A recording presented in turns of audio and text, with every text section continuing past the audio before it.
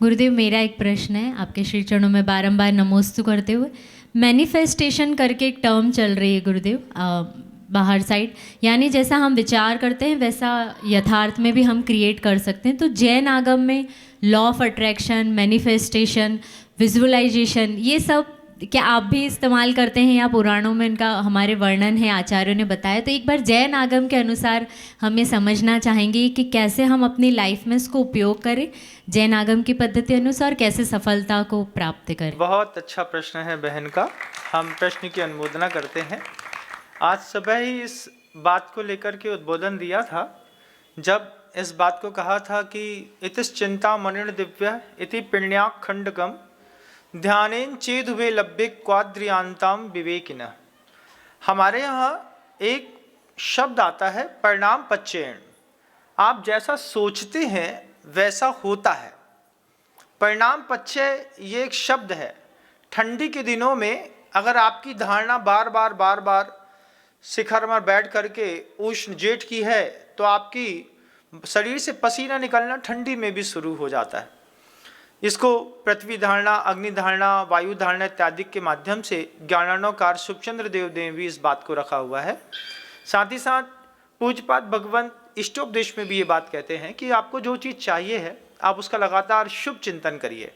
शुभ चिंतन करते करते करते ऑटोमेटिक ही कॉस्मिक एनर्जी जो है वो आपकी खुद की वर्गणाएं उस चीज़ को आपके पास लाने के लिए तैयारियां करना शुरू कर देती हैं। गुरुदेव हम लोगों से कहते थे कि जब तक कोई अच्छे विचार को रोकने वाला कोई नकारात्मक विचार आपके पास नहीं आता है, तब तक आपके अच्छे विचार की पूरी होने की 100% संभावनाएं होती हैं। हमने कोई अच्छा काम सोचा, अब सोचा और हम करने में लग गए, लेकिन धीरे से किसी ने हमको डिमोटिवेट कर दिया, अरे तुम नहीं कर पाओगे। और जो मन के अंदर शंका पैदा हुई, उसी वक्त हमारी ऊर्जा का स्खलन हो गया। तो जो मैनिफेस्टेशंस की आपने बात करी है, लॉ ऑफ अट्रैक्शन की बात करी हुई है, ये वास्तव में होता है।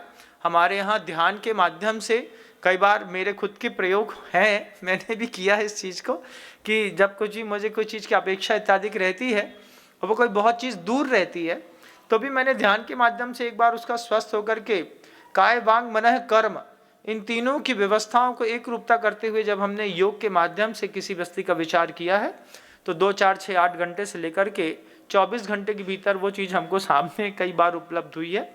इस बात को मैं मानता हूँ। और योग पूर्वक अगर आप अच्छे पूर्वक गुरु के उपदेश से इस चीज़ को करेंगे तो आपको अच्छी से अच्छी चीज़ें बिल्कुल मिल जाएगी।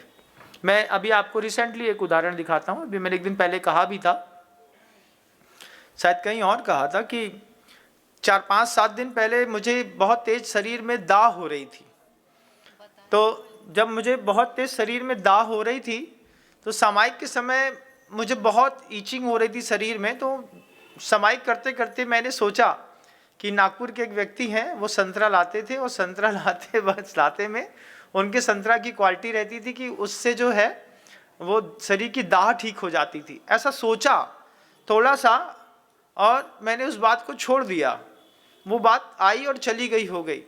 लेकिन आप विश्वास मानिए, दूसरे दिन सुबह वही व्यक्ति संतरा लेकर के और हमारे आँख के सामने वो खड़ा मिला मुझे छत्रपति नगर में। संतोष जी रुमाल वाले नाम है। हमने सोचा भी नहीं था, हमने कहा बोले बस महाराज जी, शाम को इच्छा हुई कि आपके दर्शन के लिए आना है, और मैंने कहा अपनी पत्नी को लिया और चला आया। फिर मैंने लोगों से कहा कि मैंने कल शाम को ही इस व्यक्ति के बारे में सोचा, उस संतरे के बारे में सोचा, और अगर मन वचन काया की शुभ प्रवृत्तियां एक साथ सही तरीके से काम कर जाए ध्यान में, तो वस्तु को पूरी होने में बहुत ज़्यादा समय नहीं लगता है।